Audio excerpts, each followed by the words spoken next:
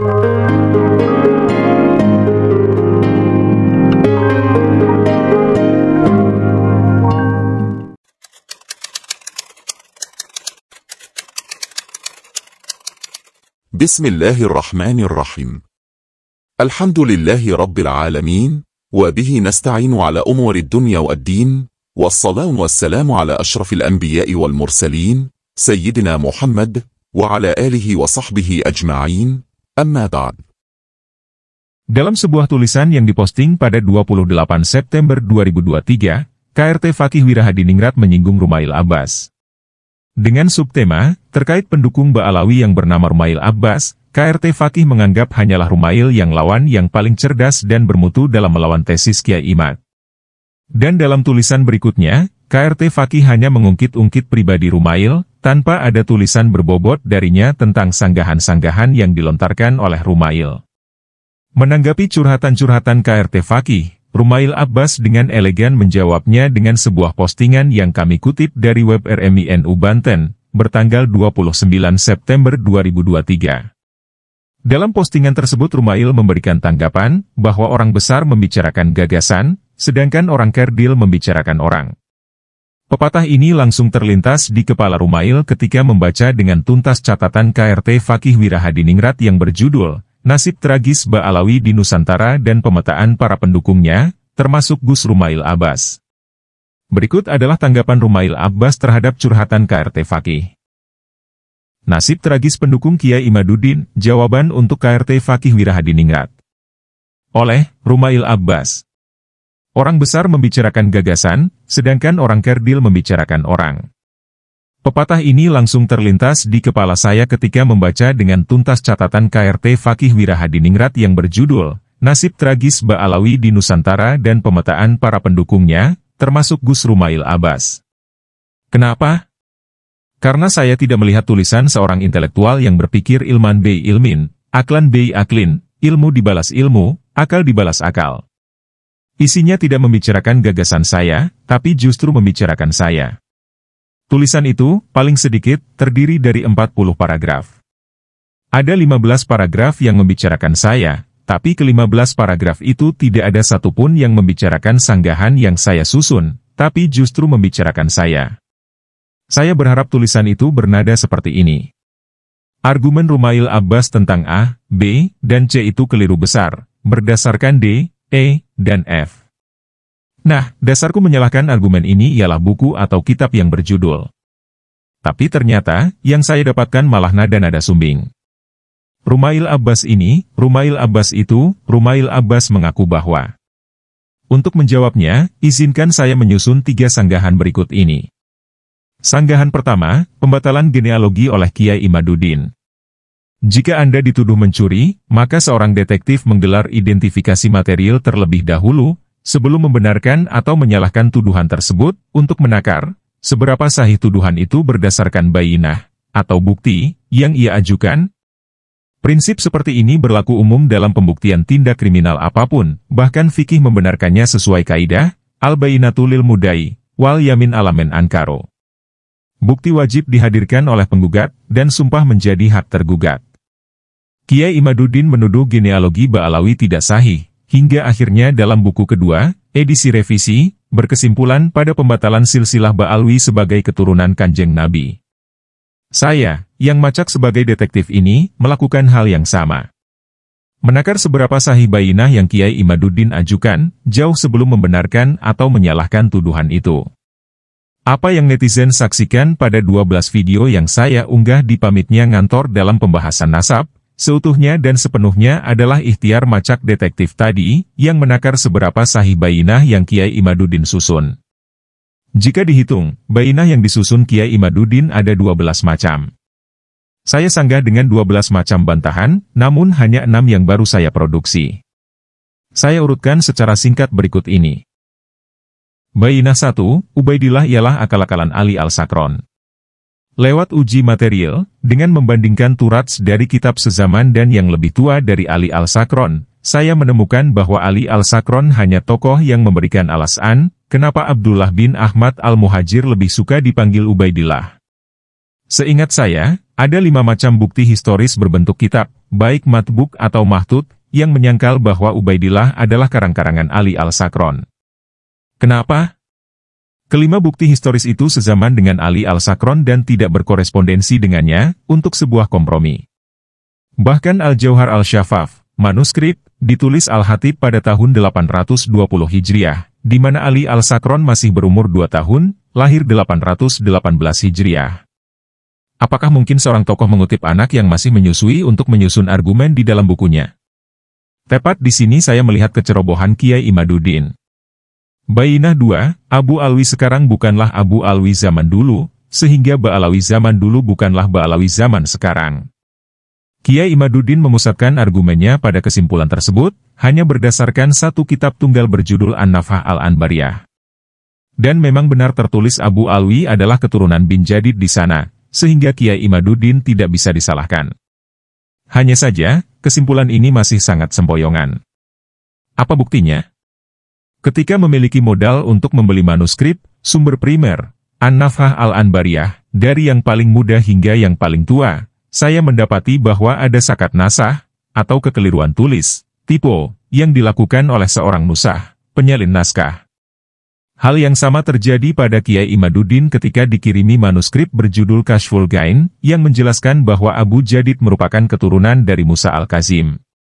Dengan bangga Kiai Imaduddin menyampaikannya ulang sewaktu podcast di Pada Suka TV. Karena telah memiliki modal untuk belanja manuskrip yang beragam edisi, meski judulnya sama, saya mendapati sakat nasah, yang benar ialah Abu Hidyal, bukan Abu Jadid. Tidak hanya itu, seharusnya kabilah yang menjadi keturunannya ialah Bani Al-Qushar, bukan Bani Al-Ishar, begitupun yang benar ialah Bani Al-Ahdi, bukan Bani Al-Mahdi. Sekilas, dalam bentuk tulisan tangan, atau khot, oleh karenanya disebut mahtut, atau manuskrip, kata-kata di atas sangat mirip. Perlu kejelian seorang muhakik untuk melacaknya. Dan saya tidak menemukan kejelian itu di diri Kiai Imaduddin. Bayyinah 3, Al-Syajarah Al-Mubarakah. Bermodal manual dari kitab nasab, bahwa jumlah ismiyah yang mengandung adat, atau angka, itu berfaedah hasyru, spesifik itu saja, dan bersifat, Kiai Imaduddin tidak menerima Ubaidillah, karena dalam Al-Syajarah Al-Mubarakah hanya menyebutkan anak Ahmad Al-Muhajir hanya 3 saja, Muhammad, Husain, dan Ali. Hasyru ya hasyru. Jika disebutkan 3 saja anaknya, maka nama lain tidak bisa diterima secara ilmiah. Benarkah demikian? Menurut Kiai Imad, memang hasyru, namun bagi saya, tidak. Inilah buktinya. Muhammad bin Ahmad Al-Muhajir, dalam Al-Syajarah Al-Mubarakah, anaknya hanya 1, memakai jumlah ismiyah dan mengandung adat. Namun jika Anda komparasi dengan kitab sezaman Al-Syajarah dan kitab yang lebih tua, Muhammad bin Ahmad Al-Muhajir punya 3 anak, Muhammad, Husain, dan Ali. Ali bin Muhammad bin Ahmad Al-Muhajir ini pun, dalam Al-Syajarah memiliki 1 anak bernama Ali, memakai jumlah ismiyah dan mengandung adat, bahkan memakai khobar muqaddam yang secara gramatikal sudah memenuhi hasyru. Namun jika Anda komparasi dengan kitab sezaman Al-Syajarah dan kitab yang lebih tua, Ali bin Muhammad bin Ahmad Al-Muhajir ternyata memiliki 2 anak, Muhammad dan Ali. Muhammad An-Nakib disebutkan Al-Syajarah memiliki 7 orang anak, memakai jumlah ismiyah dan mengandung adat. Namun jika Anda komparasi dengan cara yang sama, ternyata anaknya berjumlah 9 orang. Itu pun, daftar nama dari Al-Syajarah ada yang berbeda dengan kitab yang lebih tua. Silakan Anda melakukan hal yang sama, yaitu mengambil nama-nama di dalam Al-Syajarah secara acak, kemudian komparasikan dengan kitab sezaman dan yang lebih tua.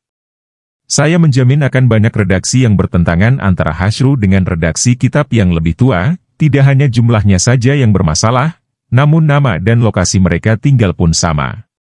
Sekadar contoh, ada Ashraf yang ditulis Al-Syajarah tinggal di Hamedan, namun pada kitab yang lebih tua dan sezaman, Ashraf ini diinformasikan tinggal, dan wafat, di Roy. Silakan cek Google Maps, dan lihat betapa jauhnya kilometer jarak kedua wilayah itu. Untuk hal ini saya memakai kaidah, iza warodal ihtimal sakoto bihil istidlal. Jika mengandung kerancuan, maka tidak bisa dijadikan argumen. Dan ternyata, manual di atas tidak berlaku hasyru, dan tidak final. Tepat di sini saya tidak melihat adanya ketelitian dari Kiai Imaduddin. Bayyinah 4, Sensus Dinasti Rasuli. Kitab yang ditulis oleh Raja Dinasti Rasuli ini berjudul Turfat al-Asyab, bagi Kiai Imaduddin dan KRT Fakih Wirahadiningrat, adalah kitab sensus. Di dalam kitab itu, tidak ada satupun nama Ba'alawi yang ditulis. Jika sensus saja tidak mencatat Ba'alawi di Yaman, artinya mereka memang kabilah fiktif dan ahistoris. Demikian kesimpulan singkat dari pembacaan Turfat al-Asyab. Apakah benar demikian? Pada mukadimah kitab tersebut, penulis menjelaskan bahwa Turfat al-Asyab hanyalah mukhtasar. Terjemahan mudah kata ini, kitab ini hanyalah ringkasan. Kenapa kitab ringkasan disebut sensus? Kemudian, pada baris berikutnya, penulis menjelaskan bahwa Turfat al-Asyab menulis para pembesar dari Ashraf, keturunan Imam Ali, dan Narob, non-Sadah. Itu pun diberikan kait atau batasan bahwa yang ditulis dari kedua golongan ini hanyalah mereka yang dikenal memiliki pengabdian kepada dinasti Rasuli. Artinya, kitab ini seperti direktori nama-nama pegawai Disdikpora, namun dipakai Kiai Imaduddin untuk mencari nama Wahyudi yang punya profesi sebagai pedagang kain di Pasar Kalinyamatan. Jika Anda membaca kitab yang dikira Kiai Imaduddin sebagai kitab sensus, nama yang ditulis tidaklah banyak. Dan jika Kiai Imaduddin membacanya dengan sedikit lebih tenang, ada fakta menarik. Ternyata, tidak ada satupun keturunan Imam Husain, cucu Rasulullah, yang ditulis di dalam kitab itu. Artinya lagi, Ba'alawi, yang menurut klaim ialah Husaini, sangat logis tidak akan ditemukan di dalam kitab sensus itu, karena yang ditulis di sana tidak ada satupun Husaini. Kiai Imaduddin sedang mengambil kuah sayur sup, tapi yang dipakai adalah garpu. Selain ini konyol, hal seperti cukup aneh kan? Bayinah 5, Al-Jauhar Al-Syafaf. Menurut Kiai Imaduddin, manuskrip Al-Jauhar Al-Syafaf cukup bermasalah. Penulisnya pun dikenal sebagai murid atau teman dari ayah atau kakek Ali Al-Sakron. Karena pertemanan atau status guru-murid, maka ada kemungkinan terjadi komprimi antara Al-Khatib dengan Ba'alawi. Al-Khatib, tepat di sini, dianggap tidak objektif dalam naskahnya. Detektif macam saya akan menanyakan Kiai Imad berbagai macam petunjuk, bahwa Al-Khatib benar-benar berkompromi dengan Ba'alawi supaya tuduhan itu masuk akal dan bisa dibenarkan. Oke, alasan guru murid akan menjadi perhitungan objektivitas seseorang. Namun apa buktinya bahwa Al-Khatib bersepakat dengan Ba'alawi untuk menipu orang banyak, bahwa mereka sebagai Syarif Husaini? Pada Sunan Turmudzi tahun 575 Hijriah, terkonfirmasi bahwa Ba'alawi yang mendapatkan ijazah adalah Syarif Husaini.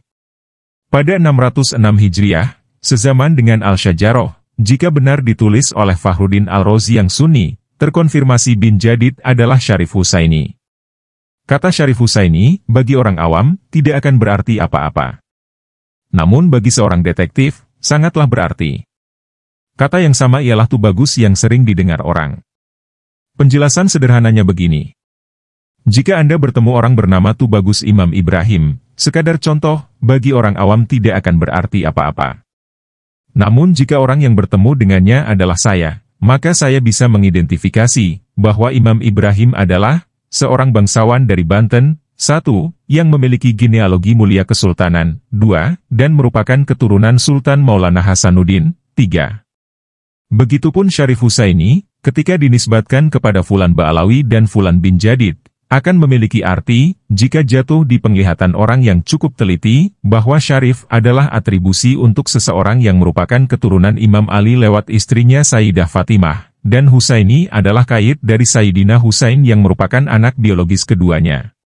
Jika alasan guru murid membuat seseorang tidak objektif, maka perlu dalil yang lebih dari itu untuk membuktikan bahwa guru murid ini menyusun sebuah penipuan, bahwa Ba'alawi adalah kerutunan Rasul jalur Husaini, atau Syarif Husaini.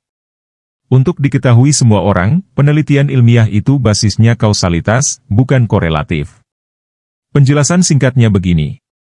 Jika memakai logika korelatif, maka Borobudur bisa diakini buatan Nabi Sulaiman, karena ada tempat terdekat yang disebut Sleman, mirip seperti Sulaiman, dan Wanasaba adalah diambil dari nama Ratu Saba. Logika korelatif ini dikenal dengan cocokologi, karena Sleman Sulaiman dan Saba Wanasaba memang cukup masuk mirip, dan seolah-olah masuk akal. Sedangkan logika kausalitas dikenal dengan sebab akibat, bahwa usia Borobudur tidaklah sezaman dengan Nabi Sulaiman, bisa dibuktikan oleh sains forensik dan manuskrip-manuskrip tua yang sezaman dengan Borobudur. Pengumpulan bukti yang bukan cocok logi itulah yang menyebabkan adanya kesimpulan Borobudur bukanlah bikinan Nabi Sulaiman. Guru murid antara Bahoti Ba'alawi memang faktual, namun apakah hanya karena itu lantas mereka berkompromi? Apa bukti kausalitasnya? Sampai sekarang, Kiai Imaduddin tidak kunjung menjelaskannya secara sebab akibat, hanya sambung tali yang dirasa masuk akal. Padahal, itu cocok logi. Seperti yang saya jelaskan, masih ada 7 bainah Kiai Imaduddin yang belum saya jawab, dan tentu saja tidak bisa instan. Saya bukan pengangguran yang menghabiskan waktu membahas nasab, apalagi ini nasab orang lain. Untuk bukti sezaman, konfirmasi dari Nikobah Internasional, ketersambungan Ba'alawi Fakihil Muqaddam dengan Wali Songo Ammul Fakih, memang belum saya hadirkan karena ongoing. Namun, meski tahu ada sanggahan seperti di atas dan tak kunjung menjawab itu, publik digeser kepada isu perampokan makam, tes DNA, sikap-sikap Ba'alawi yang arogan, dan pemalsuan sejarah oleh Ba'alawi, yang kesemuanya itu perlu validasi. Ditambah, saat melihat pendukung Kiai Imaduddin tidak menyinggung sekalipun sanggahan saya, malah justru membahas tentang saya, kabilah saya, sponsor saya, atau fisik saya, batin saya langsung bergumam. Gini amat kualitas pendukung Kiai Imaduddin. Sanggahan kedua, pertemuan di Pleret dan UIN Ciputat. Disclaimer, apa yang akan Anda baca akan sangat personal. Mas Sugeng dan saya sudah kenal sejak lama, jauh sebelum nama Kiai Imaduddin muncul di permukaan media sosial sejak November 2022. Kami kenal baik di Twitter, sekarang X, dan sering berbagi ide, bahkan saling bantah di sana. Orang yang menginisiasi saya untuk datang ke Pleret, sowan ke kediaman Gus Fuad, dan menemui Kiai Imaduddin di UIN Ciputat, tidak lain ialah Mas Sugeng. Saat bertemu Gus Fuad, KRT Fakih ada di sana, dan Kiai Imaduddin, saya membocorkan profiling saya yang sangat privat, abah saya dari kabilah mana, nenek saya dari kabilah mana, siapa yang mendanai penelitian saya, dan apa motif saya hingga keroyo-royo melakukan penelitian sampai ke Jordania, Turki, Hadramaut, dan Jeddah. Saya menempuh pengakuan itu atas usulan Mas Sugeng, yang mengira saya perlu menepis trust issue yang menjangkit Gus Fuad, Kiai Imaduddin, KRT Fakih dan lainnya, bahwa saya adalah lawan bagi mereka. Saya kenal Rumail, dan dia orang yang bisa dipercaya. Demikian rekomendasi Mas Sugeng yang perlu saya validasi dengan hadir di depan mereka semua. Kehadiran saya didorong ketulusan, bahwa peneliti yang haus untuk menjawab sebuah tesis itu jauh lebih tinggi nilainya, daripada isu-isu miring yang tidak ada artinya. Saat Mas Sugeng nge-tag saya di Facebook, sambil membagikan foto saya bersama mereka, ia menulis status begini. Meskipun kami berbeda pemikiran, tapi kita tetap bersaudara. Dan saya mengamininya sepenuh hati, karena jika Mas Sugeng adalah kawan saya, maka ia sangat memahami itu. Mas Sugeng, sama seperti saya, memiliki asas gentleman's agreement, semacam kesepakatan antar lelaki, ketika berbagi rahasia akan ia simpan rapat-rapat. Jangankan memanfaatkan rahasia itu, sekadar membocorkannya saja tidak akan. Namun, dari beberapa sanggahan, akhirnya hanya 2 orang saja yang masih saya hormati karena tidak memanfaatkan informasi yang sangat personal ini, Mas Sugeng dan Gus Fuad. Apa boleh bikin?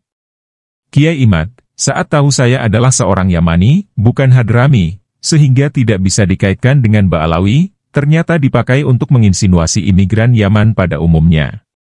Begitupun KRT Fakih, saat mengetahui siapa penyokong operasional saya, bukan Ba'alawi, sehingga tidak ada kaitannya dengan penelitian pesanan, justru menginsinuasi penelitian saya sebagai penelitian yang syarat politis, padahal, tidak demikian kontrak yang saya tanda tangani. Bagi orang yang melihat dunia selalu serba transaksional, tentu akan aneh ketika melihat saya sebagai Gus Durian bisa datang ke kaum marginal yang dipersekusi mayoritas, semisal Ahmadiyah dan Syiah, tanpa sedikit pun diapresiasi dengan pembiayaan. Bagi orang yang melihat dunia serba transaksional, tentu akan kaget, jika tahun 2016 saya kaya-raya melakukan penelitian untuk peristiwa G30S, bahwa ingatan tercecer dari korban pembantaian dan pemenjaraan tanpa keadilan, akan mampu mengubah kemapanan sejarah Orde Baru, bahwa PKI lah satu-satunya biang kerok pemberontakan yang konyol itu. Bagi orang yang melihat dunia serba transaksional, tentu akan kaget, bahwa politisi yang mendanai saya adalah akademisi yang punya ketulusan untuk mendanai penelitian yang belum ada satupun Ba'alawi melakukannya, yaitu melacak sumber sezaman habaib. tentu saja ada reward yang harus saya bayarkan. Seorang investor tidak akan memberi makan siang gratis, bukan? Maka, reward yang saya berikan kepadanya sangatlah sederhana, buku. Untuk apa buku itu? Untuk melengkapi kajian manuskrip dan sejarah yang belum lengkap di Indonesia, dan tema yang diusung hanyalah pelacakan Ubaidillah bin Ahmad Al-Muhajir dari sudut pandang historis. Simpelkan. Sanggahan ketiga, Google Scholar. Saya tidak memiliki akun di Google Scholar, makanya Anda tidak akan mendapatinya. Kalaupun memilikinya, tentu tidak bisa diverifikasi, karena saya tidak bekerja di lembaga akademik, butuh surel kampus untuk validasi. Jangankan Google Scholar, bahkan Rumail Abbas saja bukanlah nama asli saya. Ia hanya nama pena yang saya pakai untuk menulis artikel dan opini di beberapa portal dan koran cetak di masa-masa kuliah dulu. Saya terinspirasi dengan Mas Saifin Nuha, tetangga saya di Jepara, yang menjadi artis di ibu kota dikenal dengan nama panggung Alex Komang. Atau Gus Mustafa Bisri yang semasa muda masih rajin menulis memakai nama pena M. Mustafa Bisri. Untuk Raden Fakih ketahui, saat menyimak presentasi Kiai Imaduddin di UIN Ciputat, saya tidak mendapati satupun temuan baru darinya.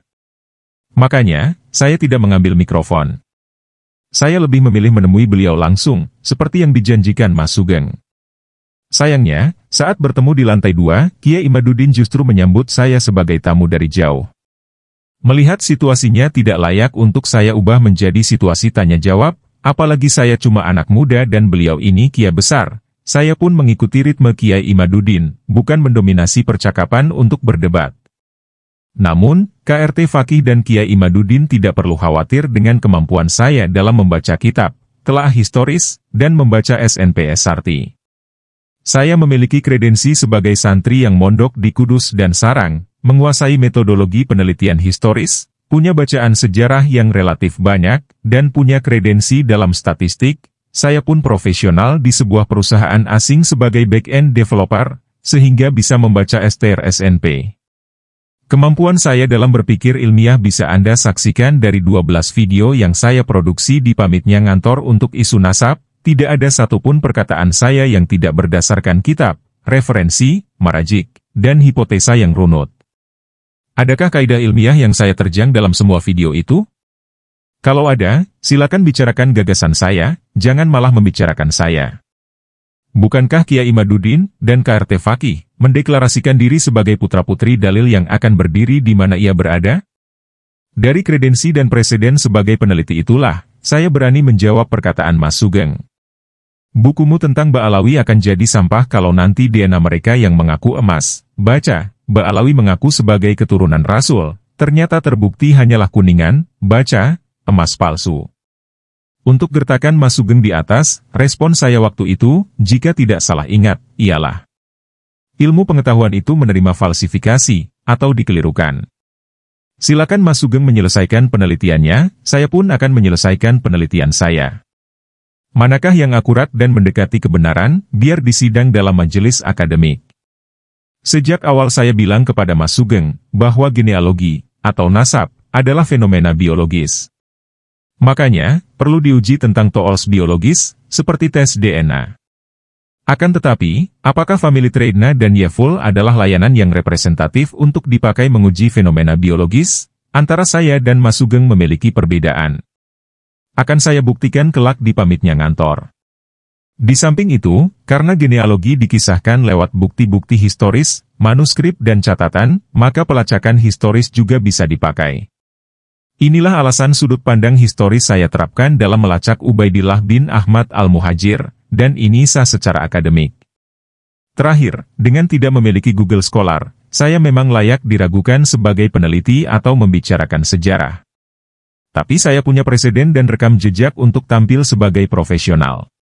Jika Anda meragukan kemampuan saya membicarakan sejarah, kitab kuning, metodologi, dan statistik, silakan membuat majelis untuk membuktikan itu. Tentukan saja tempat dan waktunya, insya Allah saya bersedia untuk didebat. Lagi pula, kabur bukanlah nama tengah saya. Salam, Rumail Abbas.